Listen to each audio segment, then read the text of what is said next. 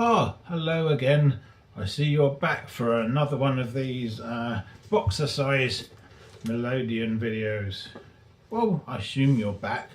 Maybe you've not seen the other ones. If you haven't, I suggest checking those out first.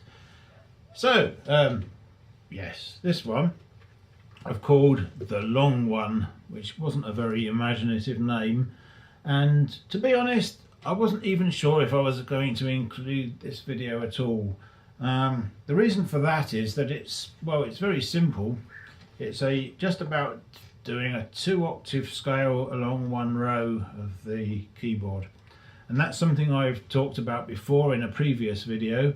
And it's also something that, by and large, I don't tend to use, at least not as a full thing in a tune. It's rarely I'd ever do that.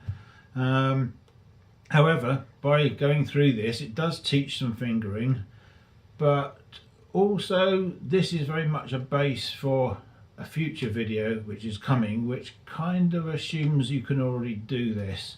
So I thought I'd just do this one now as its own special quick video, just to make sure you knew how to do it. So yeah, it's going to be a 1-octave scale. I'll zoom in just about now. Right, okay, we're zoomed in. Hopefully you can now see the keyboard and my fingers clearly, because well, it's definitely the fingering which is the key thing with these 2-octave scales. Now, what's the big problem? Why can't we just do what we do with 1 octave and then move up? Well, we suppose we could try. We can do,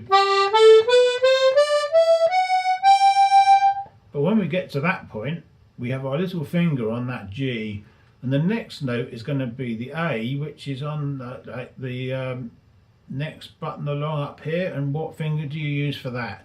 Just by moving your finger up and down, particularly your little finger, which isn't very strong and effective in the first place. That's just terrible technique. We don't want to do that. So to avoid even getting to that position in the first place, we need to do some different fingering earlier on so that that never happens. By and large, while it's great to use your little finger in some instances, if the next finger or the next button that you want to play along is further up, then that's going to be really bad. So we're going to do it differently. We're going to use some different fingering, and actually for most of this we're just going to use 2 fingers, because that turns out to be much better. So here we go. We'll start on the G, push, here we go. So push, pull, push, as we would normally do, but now we're going to do a swap, and this swap is actually very much like the one we did in the in and out G major video right at the start of this series. So we're going to swap there. So now the third one again on the D, and now swap again on the E, and now the middle one on the F sharp, and now we swap again back to the index finger for that G. So whereas previously we would have ended up with our little finger on that, now we have the index finger, which leaves all these other fingers to deal with the rest of it. So we have that G, and now we have. So again, I'm just swapping between the third and the second for those notes, and then finally, so we've got the third one on that one, the fourth one on the end, because it's not even logical in the way that it works out, kind of. And then we finish with the third one on that G at the top. And then we go back, G, F sharp on the end one. There we go. There we go. Now we do a swap.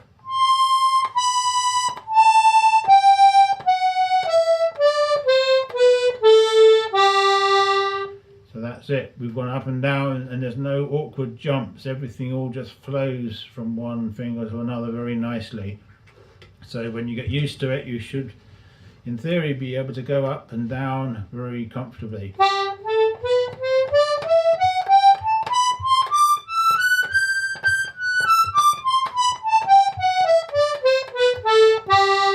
Without thinking about it.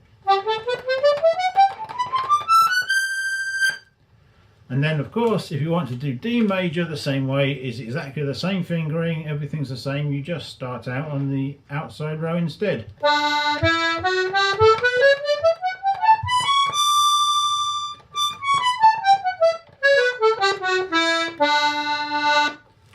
And that's it.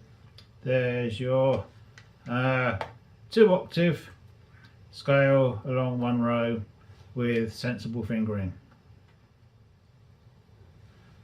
Okay, so that's your G major and D major 2-octave scale along one row of the diatonic button accordion. Maybe you already knew how to do that, particularly if you've seen one of the previous videos. But I thought I'd show you it because it's going to come in handy and be relevant for at least one of the following videos. So there we are, that's that one done. I'll get early release on this one. I'll go back to my book, I think. Cheers for now.